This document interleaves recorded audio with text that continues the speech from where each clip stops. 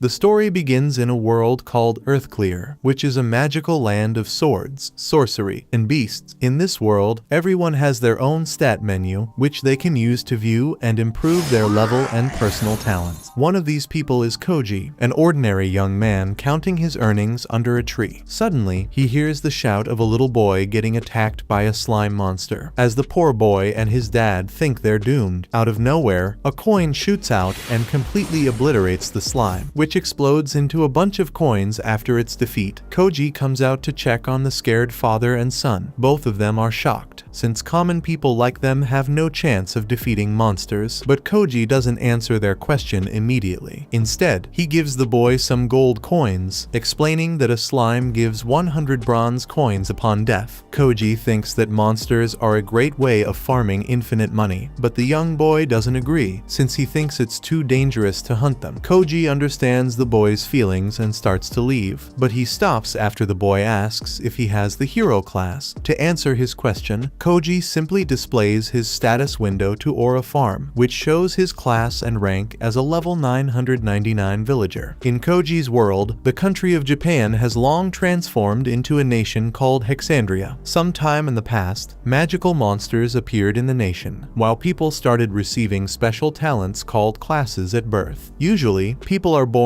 as a warrior, monk, thief, hunter, and sorcerer, but some exceptional geniuses may have a sage, hero, or king talent with incredibly powerful abilities. Any person born without these gifted talents is called a villager, which is the weakest class of them all. Although villagers usually remain between level 1 and 10, with no hope of defeating even the weakest monster, Koji somehow found a way to far surpass this limit. While he walks along his path, elsewhere, a hooded little girl reaches the exterior of an ancient cavern, which is rumored to hold the legendary sacred sword inside. Meanwhile, Koji reaches the city of Valmon, where he walks towards the local adventurers guild. In the same city, the hero of the nation, along with his partner, both prepare to set out on their journey to purge the world of all the monsters plaguing it. Inside the guild, Koji hands over the materials for his quests to the receptionist, who gives him a reward of 5 gold coins. Hearing this, all the nearby adventurers are stunned, since it would require a huge amount of monsters to earn so much money in one go. Naturally, Koji continues aura farming and silently checks out the quest board, noting that he still needs to make over 4,500 gold for a personal goal. While checking the quest, he notices one of them offering easy gold coins for monsters from the ancient cavern, so he grins and prepares to work hard for the day. Outside the guild, the young hero, Rex, rallies all the townsfolk with a heartfelt speech. He reminds everyone of the imminent threat of monsters around them, causing the kingdom's capital to send all their warriors on dangerous quests just to fend them off. The hero points out that unless they treat the root cause of the issue, the monsters will swallow them all eventually. In reality, all fantastical monsters are produced by mana, which is a special substance released by the demon race. In the hero's eyes, the demon race, led by the demon king, is the true reason that the humans are suffering from monster attacks. As Rex boldly declares that the demon race should be exterminated, Koji hears his words while getting ice cream from a nearby stall. Meanwhile, Rex asks the crowd for any brave warriors willing to join his cause. Watching the talented young hero and the beautiful sage standing by his side, the adventurers' crowd goes wild as many of them try to join them. One of them, an experienced warrior at level 86, offers to lend the hero his aid. Surprisingly, Rex coldly refuses the man's offer, saying that he doesn't need dead weights who can't contribute to his cause. The adventurers are outraged by his arrogant claim, so he silences them all by displaying his impressive level 90 hero status. Then, the warrior asks Rex if the sage next to him is qualified, since she is only at level 42. Rex explains that despite her lower level, his partner sage has excellent support capabilities due to her powerful class, so she is more than qualified to fight with him. In addition, he also reveals that she's King Simon's third daughter, Princess Krull, so she has accepted her destiny to fight for the nation's cause. Though the crowd is silenced by the hero's logic, a level 80 priest still tries to join him. Rex still refuses, pointing out that the priest is too old, so he doesn't want him to get hurt along the journey. After the old priest, a younger priest at an impressive level 70 asks if he can join, but Rex claims that he doesn't have the potential to get stronger in the future. Facing his strange rejections, dungeons. The adventurers grow restless, and an insecure young girl called Tina wonders if she can join. Since she's only a level 50 priestess, the crowd thinks there's no way, but Rex instantly accepts her into his party, proving that he's simply a pervert, not a righteous savior. Watching the scene from a distance, Koji figures that this young hero is simply trying to make a name for himself by surrounding himself with beautiful women and gaining the prestige of defeating the Demon Lord. Then, after another beautiful girl steps up to join Rex, Koji leaves, losing interest in their ambitions. Sometime later, he arrives outside the entrance of the cave, hoping to get a luxurious sushi dinner after returning home with the bounty. After a short while, he encounters the first blue devil inside. Despite the monster's ferocious strength, Koji defeats it with a single blow and starts gathering the money like it's a house chore. He proceeds to demolish a few more blue devils, one of whom drops its horn, which is a precious, rare item. Although the horn emits powerful mana like the demon race, Koji doesn't understand why it sells for so much. As he tries to complete his quest goal of defeating 30 blue devils, he runs into the hero's party along the way. The party encounters a blue devil, which Rex easily kills with a single slash of his sword. The girls behind him are impressed, but Tina notices Koji's presence behind them, so he quickly hides behind a wall, wanting to avoid the arrogant hero. Meanwhile, Princess Krull is eager to move forward, so her teammate, the mage, Parna, teases her for the enthusiasm. The princess is pleasantly surprised by her casual treatment, since people usually treat her distantly, so Tina also asks if she can be on good terms with her. As the princess nods, Parna asks Rex why they're visiting the ancient cavern, since the Demon Lord's palace is in another direction. The hero explains that they're here to obtain a special item, which can only be found after following the strange crests hidden in the dungeon's maze. However, only the royal family knows this secret, so Rex is using Krull's help to track the treasure down. At the end of the maze, he reveals that a sacred sword is hidden at an altar, which can only be equipped by a hero of level 90 or higher. Hearing this, the two other girls are shocked, but Parna wonders why the kingdom didn't just use the sacred sword earlier to defeat the Demon Lord. Rex explains that although a level 90 hero can use the sword, it does not mean that he can immediately master it and defeat the Demon Lord, so the kingdom kept it hidden for a worthy user. Now, since the king's precious daughter is following the hero in a dangerous quest, he immediately agreed to let him use the sacred sword for her protection. After his explanation, Rex turns around, filled with confidence. He believes that he's destined to become the savior of humanity once and for all with the legendary weapon, and the girls look forward to their exciting journey in the future. Elsewhere in the cavern, the hooded little girl from earlier continues her search, failing to realize that her demon horns are exposed for anyone to see. Meanwhile, Koji finds himself surrounded by a pack of blue devils, which he effortlessly takes out in an instant. After defeating the devils, he notices that there are many more monsters than usual in the cavern's depths. Soon, the hooded girl runs past him, so Koji warns her about the blue devils. However, the dangerous monsters remain completely passive with the girl, and they allow her to pass them safely. Koji defeats the devils, but he feels more interested in the mysterious young girl who just left, somewhere else in the dungeon. The hero's party starts to get overwhelmed by the onslaught of the blue devils. Parna thinks it's normal to be so winded since the cavern is a dangerous dungeon, but Rex thinks these numbers are completely abnormal. Tina heals the princess before moving to heal Rex, but she warns him that she's running out of mana. The poor girl apologizes for her pitiful stamina, feeling impressed that Parna could survive those monsters without a single scratch. Parna winks, pointing out that she is very experienced with stronger dungeons. Behind them, the princess feels guilty for being the weak link, but Rex comforts her and reminds everyone that they've reached the sacred sword's location. However, when they go inside, they find the strange hooded girl at the sword's location. Princess Krull notes that this girl is radiating immense amounts of mana, so everyone grows hostile, thinking she's a demon. Rex finally realizes that all the monsters in the dungeon were attracted to this girl's mana. More importantly, he sees that the sword is missing, so he he accuses the girl of stealing it. The girl claims that the sword was missing before she arrived, but Rex refuses to believe her. Even against a child, the hero's party decides to have no mercy. Led by the hero, they all attack the helpless little girl, who closes her eyes in fear. Nobody notices that before the attacks can hit, a blazing fast shadow arrives by the girl's side. As the smoke clears from the attack's explosion, the party is shocked to see the girl completely unharmed with Koji standing by her side. He scolds the party for attacking a child, while Rex feels shocked by his incredible strength. He asks Koji what his class is, so Koji simply claims that he is an ordinary villager. Rex doesn't believe him, thinking he used a magic item to block the attacks. However, Koji reassures him that he blocked it on his own, and he even displays his status window. The princess accepts his word, but then she asks why he was sheltering a demon from them. This throws him into a panic, but Koji claims that the girl is just his little sister, who is wearing the demon horns as a fashion accessory. Everyone is shocked by this, but Koji shows them his adventurous quest, explaining that he was simply hunting monsters with his sister. He also shows them the devil horns, which radiate mana similar to demons, so the hero's party reluctantly believes him. Still, despite accepting this flimsy explanation, Rex asks him why the sacred sword is missing from its spot. Koji is confused for a second, but then he recalls that he just stumbled upon the sword one day and sold it for some coins. Hearing this, Rex is outraged, and he tells Koji that the sword belonged to the royal family. Koji acts like he had no idea, and he starts apologizing. However, Rex asks him how he pulled out the sword in the first place, since it was only meant for level 90 heroes to wield. Koji understands his confusion, so he turns around and places his hands on the giant swordstone. In front of their shocked eyes, he easily lifts up the heavy platform, proving his strength without a single word. Rex wonders what level he is, so he finally shows them his ridiculous level 999 rank. The hero refuses to believe he could reach such a ridiculous level, especially since he himself has fought an incredible amount of monsters. However, Kral asks Koji how he'll repay her since he sold off a priceless item from the royal family. She wonders if he will join their party to defeat the demon lord, but he instantly refuses. Rex thinks that Koji is fumbling the bag, since he could easily defeat the demon lord on his own. Koji doesn't care about his ambitions, saying that his only purpose in life is to just make money and survive. He points out that the demon lord never hurt him, so he won't fight him without a reason. While the little girl is surprised, Princess Kroll wonders if the promise of riches and glory is not enough to move his heart. Koji shakes his head, so the princess offers to marry him if he defeats the demon lord for the sake of their suffering people. As Rex begins to protest, Koji refuses Krull's generous offer without hesitation. Although he doesn't think that the hero's party is evil, he tells them that he's completely uninterested in worldly fame and achievements. Koji also thinks that the princess is being hypocritical by ignoring the suffering of others. After saying this, he starts leaving with the little girl, but stops right beside the hero, Rex. In an ominous tone, Koji warns him that he has no idea how their world truly works. After delivering his warning, he leaves the cavern with the little girl. Once they are outside, Koji begins parting ways with her, but suddenly, she asks him to marry her. Koji immediately tells the girl that there is no chance he is going to marry her, then turns around and walks away. The girl quickly runs after him and keeps trying to change his mind. Koji tells her that he has no interest in marrying someone so young. He explains that he prefers older, more mature women with hourglass figures. The girl refuses to give up. She says it does not have to happen today. She is willing to wait 3 years or even longer if she has to. All she wants is for Koji to promise that he will marry her someday. Ignoring that request for now, Koji asks why she wanted the sacred sword in the first place. The girl explains that her father has become seriously ill. She believed that if a hero obtained the sacred sword, they might end up killing him. Koji hears that and assumes her father must be someone very important if heroes are after him. Curious, he asks who her father is. The girl nervously admits that she is actually the daughter of the Demon King. Koji is surprised by her answer. He casually says that he has run into the Demon King several times in the past. The girl is shocked to hear that. She wonders if that is the reason Koji refused the request to defeat the Demon King. However, Koji says that is not the reason at all. He honestly believes killing the Demon King would not solve anything or make the world a better place. Koji understands that the mana produced produced by demon horns is what creates monsters, and those monsters naturally attack humans. Because of that, humans already have a reason to fear and hate demons, even if the demons themselves do nothing wrong. The girl says she already knows all of that. Even so, her dream is to create a world where humans and demons can live together in peace. Koji bluntly tells her that her dream is impossible. As long as demons continue producing monsters, humans will never be willing to coexist with them. After hearing that, the girl asks why Koji does not want to kill demons like everyone else. Koji simply replies that he thinks the entire conflict is stupid. After saying that, he continues walking away. Meanwhile, Rex and the rest of his party are still frustrated that Koji showed up out of nowhere and completely ruined their plans. Kroll suggests returning to Valmon so they can rethink their strategy. Rex, however, cannot stop thinking about Koji's final words. Before leaving, Koji told him that he understood nothing about how the world really works. Rex is unsure whether Koji was hiding some important truth, but one thing is clear to him: he needs to become much stronger. Meanwhile, Koji notices that the girl is still following him. He reminds her once again that he has no intention of marrying a child like her. The girl quickly says that is not why she is following him anymore. Instead, she asks if he could buy something for her. That finally gets Koji's attention. She explains that she is looking for a medicine called the Spirit's Blessing Potion because she heard it is sold in this town. She proudly says that she has already saved up 500 silver coins and only needs Koji's help to buy it. Koji immediately tells her that 500 silver is nowhere near enough. The Spirit's Blessing Potion actually costs 10 gold coins. After telling her that, he says she should just give up and head home. Just before Koji walks away again, the girl asks if he could lend her the rest of the money. She explains that she has to save her father. If the Demon King dies, she believes humans will immediately begin hunting down the remaining demons as well. Koji tells her that saving her father this one time will not change anything. Humans will simply continue hunting him down until they eventually succeed. Koji assumes she must hate humans because of that. Instead, the girl quietly says that she does not hate them. She believes hatred will never solve anything. She then says that she has made it her lifelong goal to create a future where humans and demons can truly live together in peace. Hearing those words changes Koji's mind. He decides to buy the potion for her after all. Before they leave, Koji walks over to her and wraps a special cloth around her horns. He explains that the cloth changes the mana coming from her horns, allowing it to hide them completely. With the cloth wrapped around them, her horns are concealed, making her look just like a normal human. The girl happily thanks him for helping her. Koji then asks for her name. She introduces herself as Alice, and after that, the two of them leave the forest together. They soon arrive in town, and Alice is amazed by everything she sees, since this is her first time visiting a human town. Every building and every street catches her attention. One of the shopkeepers quickly realizes it is her first visit. Smiling warmly, he gives her a free apple and tells her to come back again whenever she visits. As Koji and Alice continue walking through the busy streets, Alice asks how much the apple normally costs. Koji tells her it costs 150 bronze coins. Hearing that makes Alice remember how the currency works. 10,000 bronze coins are equal to 1 silver coin, while 10,000 silver coins are worth a single gold coin. Koji also reminds her that the Spirit's Blessing Potion is famous as an all-purpose medicine that can cure almost anything. After hearing the actual price, Alice realizes just how unrealistic her plan had been. She now understands that thinking she could buy such a valuable potion with only 500 silver coins was incredibly optimistic. As night falls, the two of them stop at an inn to rest for the evening. Alice lies down on the bed and is amazed by how soft and comfortable it feels. Since she has never stayed at an inn before, she cannot hide her excitement. Meanwhile, Koji packs his bag and gets ready to head back outside. Before leaving, he tells Alice to stay in the room because he is going to buy the Spirit's Blessing Potion. He also explains that he plans to meet up with a friend since they will need one more person to continue the rest of their journey. Koji explains that they will probably run into adventurers who will try to attack Alice during the journey. Because of that, they need someone who can protect her while he focuses on fighting. After explaining the plan, he heads out and tells Alice to lock the door behind him and not let anyone else into the room. Meanwhile, high above the clouds, a frightening demon stands on top of a giant flying bird. With a crazed look in his eye, he quietly mutters that all humans should tremble. tremble in fear. A little while later, Alice hears someone knocking on the door. Thinking Koji has returned, she quickly opens it. Instead, she finds herself staring at a huge muscle head. The sight frightens her so much that she immediately freezes in fear. Just then, Koji steps out from behind the large figure and tells Alice that this is the friend he mentioned earlier. The three of them sit down together for some tea, and Koji introduces Alice to his friend, Takako. Takako explains that he is a level 124 monk, even though he probably does not look like what Alice expected a monk to be. He also says that Koji already told her everything about Alice's situation, and he promises to do everything she can to keep her safe. Takako admits that he once believed every demon deserved to be killed without exception. However, that way of thinking completely changed after he was badly injured in the forest one day. Instead of attacking him, a demon chose to save his life. After that day, Takako quit being an adventurer and decided to live a peaceful life instead. He now spends his time running a bar and a club in town. Wanting to get along with Alice, Takako suggests that the two of them go take a bath together. Alice immediately becomes nervous because she thinks it would be awkward to bathe with a man. Koji quickly clears up the misunderstanding by explaining that Takako is actually a woman. Alice is left completely speechless. She says Takako's chest is as firm as any man's would be, making it hard to believe she is female. Koji casually explains that Takako trained so hard that she burned away all of her breast fat and turned it into muscle. Takako clearly does not appreciate the way he described it. Without warning, she lands a powerful roundhouse kick on Koji, making it obvious that she does not enjoy talking about that subject. A little later, Alice and Takako walk toward the hot spring together. Along the way, Alice points out that Koji is level 999, yet Takako still managed to hurt him with her kick. Takako explains that monks naturally possess about 3 times the physical strength of an ordinary villager. Even so, she admits that she is nowhere near Koji's level and would never stand a chance against him in a real fight. Curious, Alice asks how Koji became so unbelievably strong. Takako guesses that Koji simply spent his childhood fighting countless monsters, which allowed him to keep growing stronger. Even after hearing that explanation, Alice still cannot understand how anyone could possibly reach level 999. Seeing the worried look on Alice's face, Takako assumes she is afraid someone else might one day become just as powerful. Takako reassures her that nobody besides Koji could ever reach that level because he is missing something that every other living person possesses. Alice immediately asks what that mysterious thing is. Takako simply smiles and tells her that she will find out soon enough if she keeps traveling with them. Suddenly, loud crashing noises echo through the town. Everyone looks up and realizes that wild boars are literally falling from the sky. The demon from earlier is the one dropping them from his giant bird. He loudly announces that this is a declaration of war and proclaims that the Demon King's army has officially begun its all-out assault against humanity. The bloody buffers immediately begin rampaging through the streets, attacking innocent civilians. Watching the chaos unfold, Alice sadly realizes that this only pushes humans and demons even farther away from ever living together peacefully. Koji wastes no time reacting. Instead of attacking with magic, he starts grabbing the wild boars one after another and throws them high into the sky. He figures he can collect their mana stones later and earn a nice reward from the Adventurers Guild. The demon notices what is happening and stares in disbelief. He cannot understand who could possibly be strong enough to throw giant monsters through the air so effortlessly. A short time later, Rex and the rest of his party arrive at the scene. Rex immediately shows off his strength by firing a powerful lightning spell that destroys one of the giant birds before it can release another bloody buffer. As he prepares to fire another spell, his attack is suddenly blocked by one of the boars that Koji had thrown into the air. The moment Krull notices Koji, she becomes visibly annoyed. She immediately assumes he must have been working with the Demon King all along. Koji calmly tells her that she is completely wrong. He then points out how terrible their strategy is. If they keep firing powerful attacks at enemies one by one, any missed attack could fall back down and accidentally kill innocent civilians. To make his point even clearer, Koji lightly taps Krull on the head while reminding her that the plan is terrible. Hearing that, Rex and the others suddenly realize something important. Koji has been throwing the boars with his own strength instead of attacking them with magic. That can only mean one thing, that Koji cannot use magic at at all. Alice and Takako arrive shortly afterward, and Alice is shocked when she learns that someone as powerful as Koji does not possess any magic. Meanwhile, the demon continues shouting from the sky, declaring that resistance is meaningless because nobody can escape the Demon King's army. Koji turns toward Alice and asks if she recognizes the demon leading the attack. Alice says she believes his name is Menno. He is one of the Demon King's trusted dignitaries, and his family has served the Demon King for generations. Kroll then walks over to Koji and formally introduces herself. She explains that after seeing how powerful he is, she came up with a plan to display humanity's strength so the demons would know better than to challenge them. Koji immediately says that the idea is incredibly stupid. He explains that revealing all of their strongest fighters is the worst thing they could do. If the Demon King is launching attacks across the entire world, then he is probably trying to identify the strongest places to invade first. Koji also says they need to learn exactly what the Demon King is trying to accomplish before making any big decisions. Because of that, he decides that speaking directly with Menno is the best option. Without another word, Koji suddenly leaps high into the sky, completely shocking everyone watching below. Takako quickly jumps after him and uses her legs to kick him even higher, launching him the rest of the way through the air. A few moments later, Koji lands directly on top of the giant bird in front of Menno. Menno stares at him in complete disbelief and asks who he is. Koji calmly introduces himself as nothing more than a random villager who just happened to be passing by. That was the second episode. Subscribe to not miss the next part and watch the next video on screen.